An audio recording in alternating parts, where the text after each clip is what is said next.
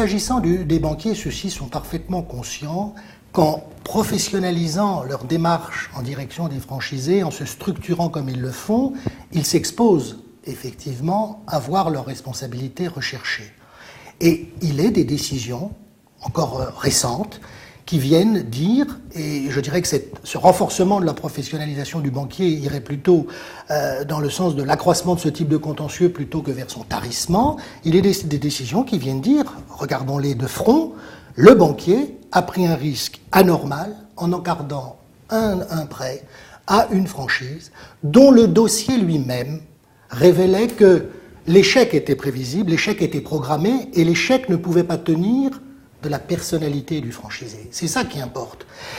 Que quelqu'un, dans un monde de réussite, connaisse lui-même l'échec, c'est compréhensible et cela ne donnera pas lieu à responsabilité de quiconque.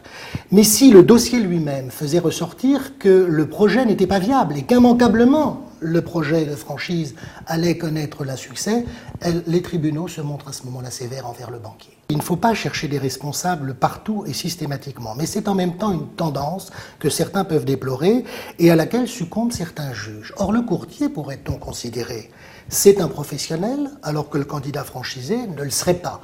C'est quelqu'un qui connaît et qui est censé connaître les réseaux pour lesquels il prétend faciliter l'acquisition de financement lorsque l'on est dans le cadre de création de franchise. Et donc, certains, je ne dis pas que j'adopte cette thèse, mais certains pourraient estimer qu'ils engageraient leurs responsabilités s'ils n'avaient pas eux-mêmes suffisamment examiné les dossiers d'information précontractuelle et si, attention, car je voudrais que mon propos ne soit pas incompris ou mal compris, dès lors que les preuves de ce que le projet n'était pas viable sautent aux yeux, sont criantes.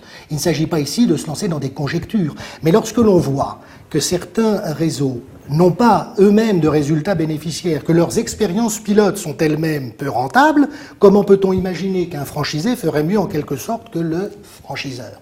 Dans ces circonstances particulières, il sera reproché à la banque et peut-être également aux courtiers d'avoir prêté leur concours, au sens propre et au sens figuré, à cette funeste aventure.